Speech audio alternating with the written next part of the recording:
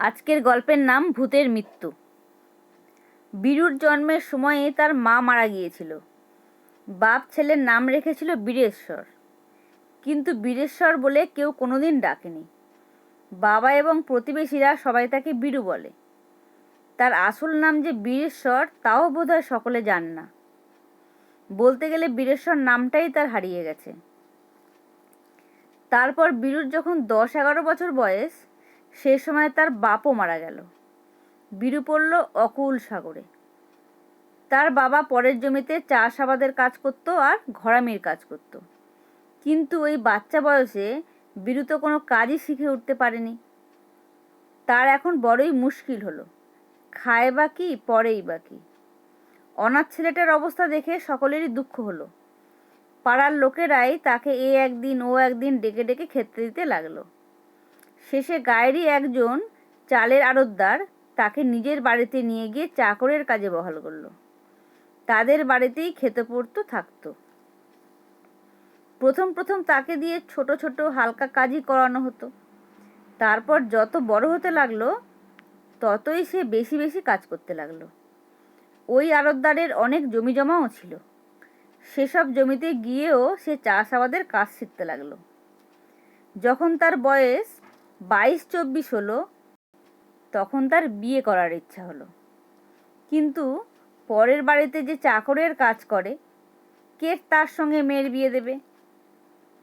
কেউ কেউ তো মুখের ওপরেই বলে দিল, আগে কিছু টাকা কড়ি জমিয়ে একটু জমি কেনার চেষ্টা করো, সেই জমিতে ফসল ফলাও, তারপর বিয়ের চিন্তা করো, তখন লোকে তোমাকে মেয়ে দেবে। বীরু চিন্তা করে দেখলো কথাটা খুবই সত্যি। পরের বাড়িতে চাকরের কাজ করে, আর দুবেলা দুমুঠো খেয়ে সারা জীবনটা সে কাটাবে কি করে? না, সে আর এখানে এভাবে পড়ে থাকবে না। ভাগ্যের অন্বেষণে সে বেরিয়ে পড়বে যেদিকে দু চোখ যায়। যেমনই ভাবা তেমনই কাজ। পরের দিনই সে অনেক ভোরে উঠে নিজের জামা কাপড় সব কিছু গুছিয়ে সেগুলো একটা পুটলি করে বেঁধে নিয়ে বাড়ি ছেড়ে বেরিয়ে পড়ল। তখনও ভালো করে ফর্সা হয়নি। বাড়ির লোকেরা তখনও অকাতরে ঘুমোচ্ছে। গ্রামের কোনো লোক যদি তাকে দেখে ফেলে, এই ভয়ে সে মাঠঘাট আর বনবাজারের মধ্যে দিয়ে তাড়াতাড়ি হেঁটে চলল। তারপর সে নিজের গ্রামের বাইরে যখন চলে এলো, তখন তার আর কোনো চিন্তাই রইল না। নিজের গ্রাম ছেড়ে আর এক গ্রাম, সে গ্রাম ছেড়ে অন্য গ্রাম, তারপর আর এক গ্রাম, এইভাবে সে ক্রমেই দূরের দিকে এগিয়ে চলল। চলতে চলতে এক গ্রামে এসে দেখল এক জায়গায় অনেকটা জমি অনাবাদি হয়ে পড়ে রয়েছে। সব জমিতেই হাত সমান উঁচু উঁচু ধান গাছ আনন্দে মাথা দোলাচ্ছে, অথচ এখানে তা প্রায় বিঘা 3 জমি হবে। এমন শুকনো অনাবাদি হয়ে পড়ে রয়েছে কেন? আহা, এমন যদি জমি সে পেত, তাহলে খেয়ে পড়ে মনের সুখে থাকতে পারত। এই জমিটার মালিক কি এখানে থাকে না, তাই এমন অবস্থা? একটু খোঁজ খবর নিলে হয়।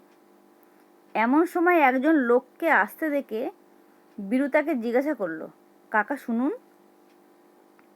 লোকটা তার কাছে এসে দাঁড়ালো, বলল, আমাকে ডাকছো? বীরু বলল, হ্যাঁ। আচ্ছা, এই জমিটা পড়ে রয়েছে, আপনি কি জানেন এই জমির মালিক কে? আর কেনই বা জমিটা এমন খালি পড়ে রয়েছে? দেখে তো মনে হচ্ছে এই জমিতে অনেক দিন কোনো আবাদ হয়নি। লোকটা জিজ্ঞেস করলো, তুমি কি এ গায়ে থাকো না? বীরু বলল, আপনি ঠিকই ধরেছেন, আমি কাছে পিঠে এখানে কোথাও থাকি না, আমি অনেক দূরের গ্রাম থেকে আসছি। তাই জমিটার ব্যাপারটা কি, কার জমি এটা? লোকটা বলল, এই জমিটা খোদ জমিদার মশাইয়ের নিজস্ব জমি, কিন্তু দুটো ভূতে এই জমিটা দখল করে বসে আছে। এটা এখন ভূতেদের জমি। এখানে চাষাবাদ করতে গেলে ভূতেরা বাধা দেয়, ভয় দেখায়। ভূতেদের সঙ্গে কি মানুষ পারে? ওদের সঙ্গে থাকতে গেলেই ঘাড় মটকে দেবে। বীরু জিজ্ঞেস করলো, ভূতেদের আপনারা দেখেছেন কখনো? দেখেছি বই কি, বেশি রাতের দিকে এলে তুমিও দেখতে পাবে। ভূত দুটো কি লম্বা, একটা ভূত দোতলা বাড়ির সমান উঁচু। তারা দুটোতে সারা রাত ধরে এই মাঠটাতে কি হুটোপাটাই না করে। তাদের ভয়ে এই পথ দিয়ে কেউ হাঁটে না। বীরু জিজ্ঞাসা করলো, আপনি যে বললেন এখানে চাষাবাদ করতে গেলে ভূতেরা বাধা দেয়, সেটা কি রকম? লোকটা বলল, ভূতের উৎপাত তো আগে কোনোদিন ছিল না। তারপর ওরা যখন মাঠটা দখল করলো, সে সময় একদিন জমিদারের লোক মাঠে নাঙল দিতে গিয়ে ভূতের হাতে মার খেয়ে পালিয়ে আসে। বীরু জিজ্ঞেস করলো, ঘটনাটা কি রকম? চাষিরা যেই নাঙল দিতে মাঠে নেমেছে, অমনি এক বিরাট মাটির চাঙড় তাদের মাথায় এসে পড়ল। সে দেখলো কোথাও কোনো লোক নেই, মাঠে সে একাই রয়েছে। তখন সে ভয় পেয়ে নাঙল টাঙল মাঠে ফেলেই পালিয়ে যায়। মাথাটা তার ফেটে গিয়েছিল, কদিন সে বিছানা ছেড়ে উঠতেই পারেনি। এর কদিন পর সাহসে ভর করে আর একজন চাষি গিয়েছিল নাঙল দিতে। খানিকটা নাঙল দিয়েছে, অমনি কে যেন তার হাত থেকে পাচন বাড়িটা কেড়ে নিয়ে তাকে বেদম মারতে লাগলো। কোথাও কেউ নেই, অথচ লাঠি দিয়ে কে তাকে পিটিয়েই চলেছে। সে ব্যাপার স্যাপার দেখে ভূত ভূত বলে ছুটে পালিয়ে যায়। এরপর রাতের বেলায় গ্রামের অনেকেই ওই মাঠে ভূত দুটোকে হুটোপাটি করে খেলা করতে দেখেছে। সেই থেকে এই মাঠে জমিদার মশাই চাষ করার কথা চিন্তা করেননি। এমন কাণ্ড। আচ্ছা, এই বলে বীরু হাঁটা দিল। হাঁটতে হাঁটতে ওই মাঠ আর ভূতের কথা সে ভাবতে লাগলো। বীরু ছোটবেলা থেকেই ভূতের নামে ভয় পায় না। সে ভাবল, যদি ভূত দুটোর সঙ্গে একটু ভাবসাব জমানো যায়, তাদের যদি খুশি করা যায়, তাহলে হয়তো ওই জমিতে চাষাবাদ করা গেলেও যেতে পারে। তবে সে চেষ্টা করার আগে জমিদার মশাইয়ের সঙ্গে একবার দেখা করা দরকার, তার অনুমতি নেওয়াও দরকার।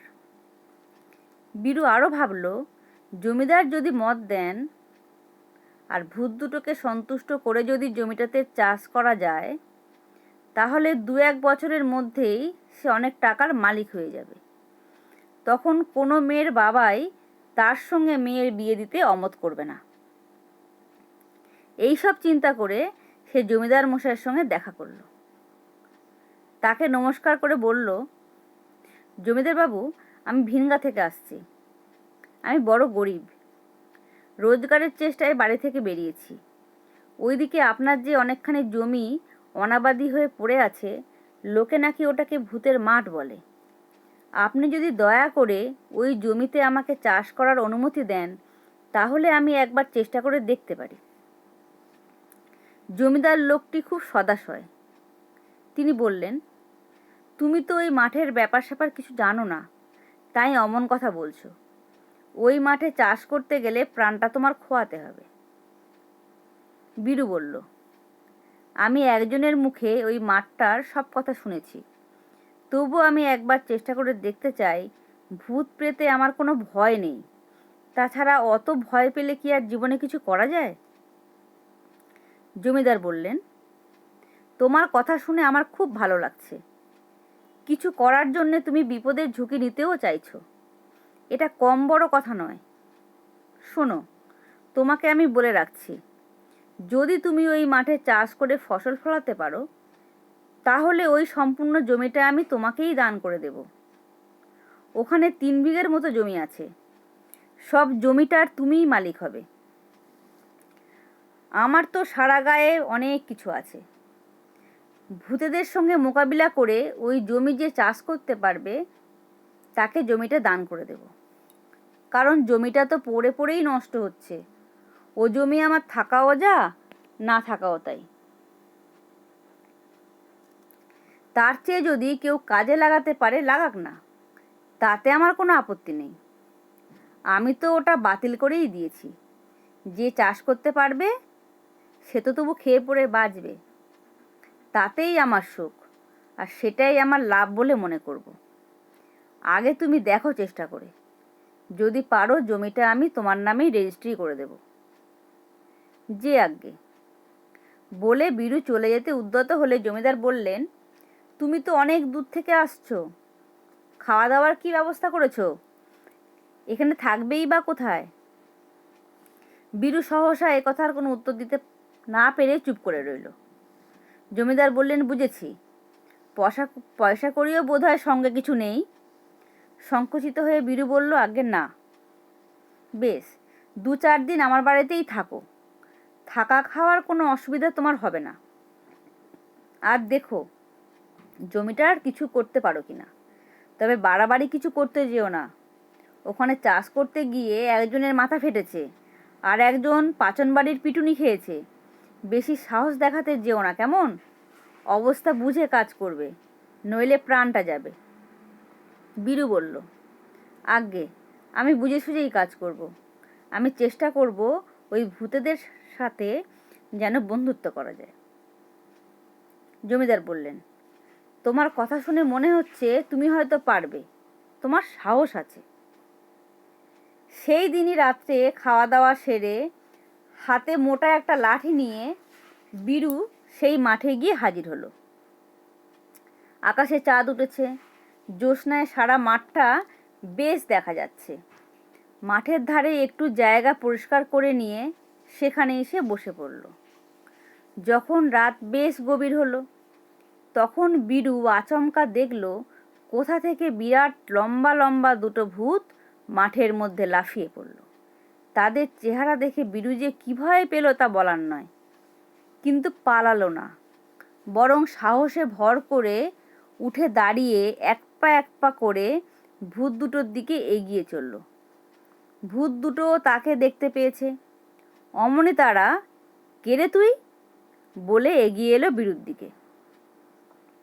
যদিও ভয়ে বীরুর হাত পা পেটের মধ্যে সেঁধিয়ে যাচ্ছিল, তবু তার ভয়ের কথা যাতে ভূত দুটো বুঝতে না পারে সেজন্য সে বুক ফুলিয়ে দাঁড়ালো। সে যা শুনেছিল তা মিথ্যা নয়। একটা ভূত প্রায় 2 তলার সমান উঁচু, আর একটা 1.5 তলার সমান।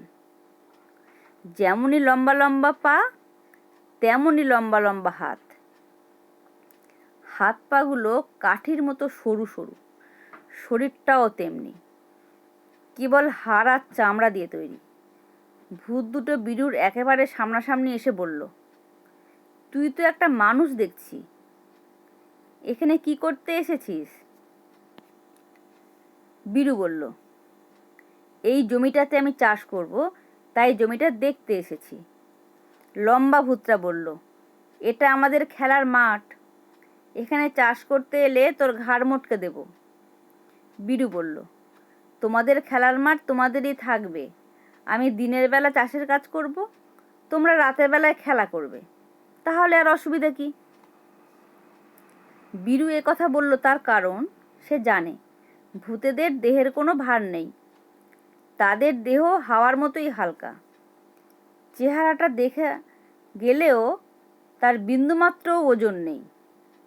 কাজেই ওরা ক্ষেতের উপর যতই হুটোপাটি করুক না কেন, তাতে ধান গাছের কোনো ক্ষতিই হবে না, গাছের গায়ে একটু আঁচড়ও লাগবে না। শুনে লম্বা ভূত বলল, তোমার কথা শুনে মনে হচ্ছে তোমার খুব বুদ্ধি আছে। তা আমাদের দুজনের একটা সমস্যা আছে, তুমি কি তার মীমাংসা করে দিতে পারো? তা যদি পারো, তাহলে তুমি তোমার ইচ্ছা মতো এই জমিতে যত খুশি চাষ করতে পারো, সেজন্য আমরা তোমাকে কিচ্ছু বলবো না। যদি মীমাংসা করে দিতে না পারো, তাহলে কিন্তু তোমাকে চাষ করতে দেব না। বীরু জিজ্ঞেস করলো, কি তোমাদের সমস্যা সেটা আগে শুনি, তারপর। লম্বা ভূত বলল, আমাদের দুজনের মধ্যে কার ক্ষমতা বেশি তার ফয়সালা তোমায় করে দিতে হবে। আমি বলি আমার ক্ষমতা বেশি, ও বলে ওর ক্ষমতা বেশি। এই নিয়ে আমাদের মধ্যে প্রায়ই ঝগড়া অশান্তি হয়, এমনকি আমাদের মধ্যে মারপিটও হয়। তোমার বেশ বুদ্ধি আছে, তুমি বিচার করে যা বলবে সেটাই আমরা মেনে নেব। বলে সে অন্য ভূতকে বলল, কিরে বেটে, কথাটা ঠিক বলিনি? বেটে ভূত বলল, হ্যাঁ তাই। তুমি আমাদের এই সমস্যাটার ফয়সলা করে দাও, তুমি যা বলবে আমরা তাই মেনে নেব। বীরু একটু চিন্তা করে বলল, বেশ, আমি ঠিক বিচার করে দেব। তবে তোমরা যেমন বলছো, যদি মীমাংসা করে দিতে না পারি, আমাকে এই জমিতে চাষ করতে দেবে না, তেমনি আমারও একটা শর্ত আছে। কি শর্ত? ভূতেরা জিজ্ঞেস করলো। বীরু বলল, আমি যদি ঠিকঠাক মীমাংসা করে দিতে পারি, তাহলে কথা দাও তোমরা এই জমি ছেড়ে চলে যাবে, এই জমিতে আর কোনোদিনও আসবে না। সঙ্গে সঙ্গে ভূত দুটো বলল, বেশ, তাই হবে, আমরা অন্য কোথাও চলে যাব। ঠিক আছে, তাহলে এখন তোমাদের দুজনের দুটো কাজ করতে বলবো। যার কাজ সবচেয়ে ভালো হবে তারই ক্ষমতা বেশি বলে মনে করব। কি কাজ? কি কাজ? দুই ভূতে হৈ হৈ করে উঠল। লম্বা ভূতকে এই মাঠের ওই কোণের দিকে আজ রাতের মধ্যেই একটা ছোটোখাটো সুন্দর বাড়ি তৈরি করে দিতে হবে। আর বেটে ভূত, তোমাকে ওই বাড়ির চারদিকে ফুল বাগান তৈরি করে দিতে হবে। বাগানটা যেন অতি সুন্দর হয়, আর সে বাগানে যেন খুব ভালো ভালো ফুল গাছ থাকে, সব গাছেই ফুল ফুটে থাকা চাই। আজ রাতের মধ্যেই তোমাদের দুজনকে এই কাজগুলো করে দিতে হবে। যার কাজ সবচেয়ে সুন্দর হবে তার ক্ষমতাই বেশি বলে মনে করব। কি, তোমরা এই কাজ করতে পারবে তো? খুব পারবো, খুব পারবো, দুই ভূতে লাফালাফি করে বলতে লাগলো। এই বলে তারা কাজটা আরম্ভ করে দিল। বীরু বলল, ঠিক আছে, তোমরা কাজে লেগে যাও, আমি কাল সকালে এসে দেখব কেমন কাজ করেছো। ভূত দুটো বলল, না না, কাল সকালে না, তুমি একটু অপেক্ষা করো, আধ ঘন্টার মধ্যেই আমরা কাজ শেষ করে তোমাকে দেখিয়ে দিচ্ছি। আজই তোমাকে বলতে হবে কার কাজ বেশি সুন্দর হয়েছে। অগত্যা বীরু মাঠের উপরেই বসে পড়ল, আর ভূতেরা কাজ শুরু করে দিল। বাড়ি তৈরি শেষ করে লম্বা ভূত বীরুর কাছে এসে জিজ্ঞেস করলো, বলো তো, আমি কেমন বাড়ি তৈরি করে দিলাম?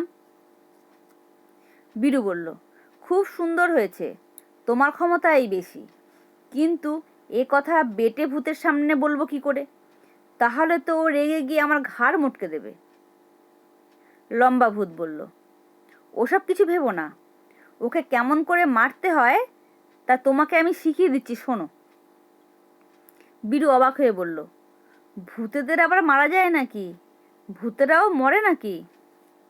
লম্বা ভূত বলল, কেন মরবে না, আমরাও মরি। আমরা মরে আকাশে মিলিয়ে যাই, আর আমাদের কোনো অস্তিত্ব থাকে না। ওই যে গাছটা দেখছো না, ওই গাছের শেকড় তুলে যদি বেটেটার সামনে আগুনে পুড়িয়ে দাও, তাহলে সেই ধোঁয়া ওর গায়ে লাগলেই ও মরে যাবে। বীরু বলল, ঠিক আছে, কাল রাতে তাহলে তোমাদের দুজনের সামনে আমার মতামত জানাবো। যদি বেটেটা আমার উপর রেগে যায়, তাহলে ওই শেকড় আগুনে পুড়িয়ে ওর নাকে গন্ধ শুকাবো। শুনে লম্বা ভূত চলে গেল। একটু পরেই বেটে ভূত এলো। সে এসে জিজ্ঞাসা করলো, তার বাগান কেমন হয়েছে? বীরু বলল, তোমার বাগান অতি সুন্দর হয়েছে। লম্বা ভূতের বাড়িটা মোটেই ভালো হয়নি, তোমার ক্ষমতাই বেশি, কিন্তু মুশকিল হচ্ছে, যদি এ কথাটা ওকে বলি, তাহলে তো রেগে গিয়ে ও আমার ঘাড় মটকে দিতে পারে। বেটে বলল, ওর কথা কিছু চিন্তা করো না, ও যদি তোমাকে মারতে আসে, তাহলে ওকে কেমন করে মারতে হয় সেটাও তোমাকে আমি বলে দিচ্ছি। ওই যে লতা গাছটায় সাদা সাদা ফুল ফুটেছে দেখছো, ওই ফুল তিনটে নিয়ে ওর সামনে আগুনে পোড়ালেই সেই ধোঁয়া লেগেও তখনই অক্কা পাবে। বীরু বলল, তাই বুঝি? তাহলে কাল রাতে এসো, তোমাদের দুজনের সামনে আমার মত জানাবো। শুনে বেটে ভূতে চলে গেল, আর বীরুও জমিদার বাড়িতে ফিরে এলো। জমিদার তার মুখে সব কথা শুনে বললেন, বাহাদুর ছেলে তুমি, কালই তোমার নামে ওই জমিটার দানপত্র লিখে দেব, তাহলে তোমার আর অভাব থাকবে না। বীরু বলল, সবই আপনার দয়া, আপনার মতো এমন ভালো মানুষ কজন হয়? জমিদার বললেন, কথাটা ঠিক বললে না, ওই জমিটা তুমি লাভ করেছো নিজের যোগ্যতায়, নিজের বুদ্ধির জোরে, কাল ভূত দুটোকে মেরে ফেলতে পারলেই আর কখনো কোনো দুর্ভাবনায় কাউকে কাটাতে হবে না। পরদিন সন্ধ্যার পরেই বীরু মাঠে গিয়ে একটা মালসায় আগুন জ্বেলে আর সেই গাছের শেকড় আর সেই গাছের 3টে সাদা ফুল লুকিয়ে নিয়ে বসে রইল। খানিক রাত হলে ভূত দুটো এসে হাজির হলো তার সামনে। এসেই ব্যস্ত হয়ে দুজনে জিজ্ঞাসা করলো, এবার বলো, আমাদের দুজনের মধ্যে কার ক্ষমতা বেশি? বীরু বলল, তোমরা দুজনেই বোকা, তোমাদের চেয়ে আমার ক্ষমতা অনেক বেশি। এই কথায় লম্বা ভূত, বেটে ভূত দুজনেই খুব রেগে গেল। তারা বলল, তোর আর কতটুকু ক্ষমতা রে? তুই তো একটা পুচকে মানুষ, তোকে আমরা এক ফুঁয়ে উড়ে দিতে পারি। বীরু বলল, দেখবি দেখবি আমায় কেমন করে উড়ে দিতে পারিস। কথাটা বলেই সে আগুনের মধ্যে সেই শেকড় আর ফুল ফেলে দিল। আর সেই ধোঁয়া ভূত দুটোর গায়ে লাগতেই তাদের আর দেখা গেল না, তারা হাওয়ায় মিশে গেল। বীরু বুঝল ওরা আর কোনোদিনই ফিরে আসবে না। এরপর বীরু ওই 3 বিঘে জমিতে চাষাবাদ করে 3-4 বছরের মধ্যেই অনেক পয়সার মালিক হয়ে গেল। তারপর একটা মেয়েকে বিয়ে করে ভূতের তৈরি করা সুন্দর বাড়িটাতে মনের আনন্দে বসবাস শুরু করলো।